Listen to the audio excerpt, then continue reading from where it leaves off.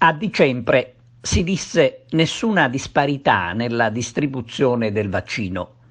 La disparità invece c'è a vantaggio delle economie ricche, alle quali ovviamente non appartiene l'Italia, dove è evidente l'enorme difficoltà a far valere lo stesso trattamento riservato dalla Pfizer, ad esempio, alla Germania.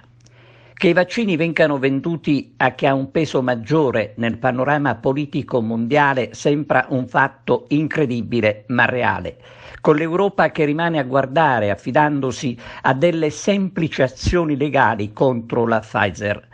Il diritto alla salute, ha detto il commissario Arcuri, deve superare ogni logica di mercato.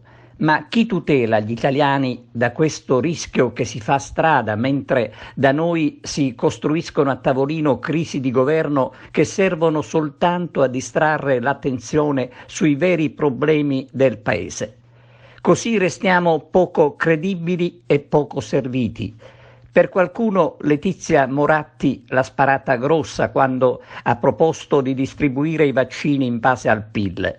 Certo, la proposta è vomitevole, ma purtroppo, e qui torniamo al discorso iniziale, è quanto sta avvenendo nel resto del mondo.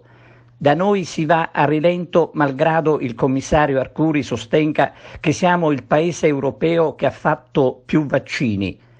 La ricchezza senza dubbio è un bene, è un paese ricco che si può permettere in questo momento di sottoscrivere accordi sul numero dei vaccini, è una garanzia per i propri abitanti, ma diventa un fatto indecente, un fatto immorale che non può lasciare indifferenti l'Europa e il resto del mondo. Non sono a rischio i richiami in Sicilia perché eravamo stati prudenti, avevamo seguito tutte le linee guida che venivano dal Ministero della Salute e dal Commissario nazionale. Però non c'è dubbio che il ritardo di Pfizer e gli impegni non mantenuti da Pfizer meritino una reazione. A livello nazionale si è ipotizzata un'azione legale, la Sicilia la sosterranno tutte le regioni italiane, intanto però chiediamo ad EMA e alle istituzioni comunitarie di fare presto. I cittadini europei, quindi gli italiani e i siciliani, non possono accettare l'idea che in altri paesi del mondo si possano utilizzare dei vaccini che da noi non sono autorizzati. Da questo punto di vista sosteniamo l'azione del Ministro Speranza, sicurezza, quindi regole rispettate nella certificazione dei farmaci, ma rapidità e velocità. I cittadini vogliono vedere la luce in fondo al tunnel, ma non vogliono che sia un miraggio.